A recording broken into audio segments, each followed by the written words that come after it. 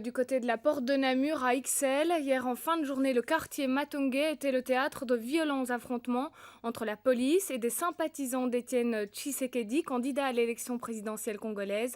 À la base, ils étaient quelques dizaines à vouloir manifester leur mécontentement face aux résultats des élections congolaises devant le siège du PS, mais ils n'ont pas été reçus et ont été repoussés par les forces de l'ordre. Furieux, certains manifestants se sont transformés en casseurs. Les dégâts matériels dans le quartier sont importants. Stéphanie Lepage et Béatrice Broutou. Le calme est revenu à Matongé, mais on peut encore apercevoir les stigmates de la manifestation d'hier. Pour rappel, 300 personnes, pour la plupart des sympathisants du candidat à l'élection congolaise Étienne Tshisekedi, ont manifesté porte de Namur.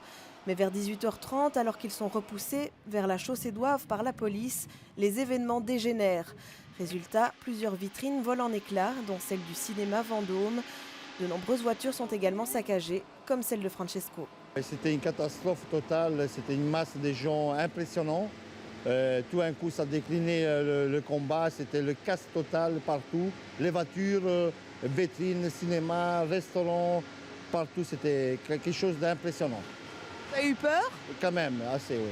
Parmi les manifestants, tous ne cautionnent pas les violences, mais tous défendent la légitimité de la manifestation et dénoncent la complicité de la Belgique qui soutiendrait aveuglément Joseph Kabila. Les observateurs occidentaux, il y a Marie Arena qui dit que tout s'est bien passé, il n'y a pas de tricherie.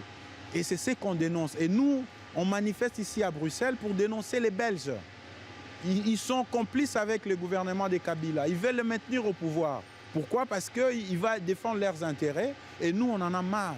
On aimerait bien vivre dans notre pays, on aimerait bien avoir une démocratie comme ici. La commune d'Ixelles, qui condamne les actes de violence commis hier, dit vouloir prendre des mesures pour éviter un scénario similaire aujourd'hui, d'autant plus que les résultats des élections congolaises devraient tomber dans la journée. Nous allons mettre en place un couvre-feu, donc on va essayer de rencontrer tous les commerçants, on va envoyer des APS pour aller discuter avec les commerçants, pour leur demander de fermer à partir de 22h les différents magasins.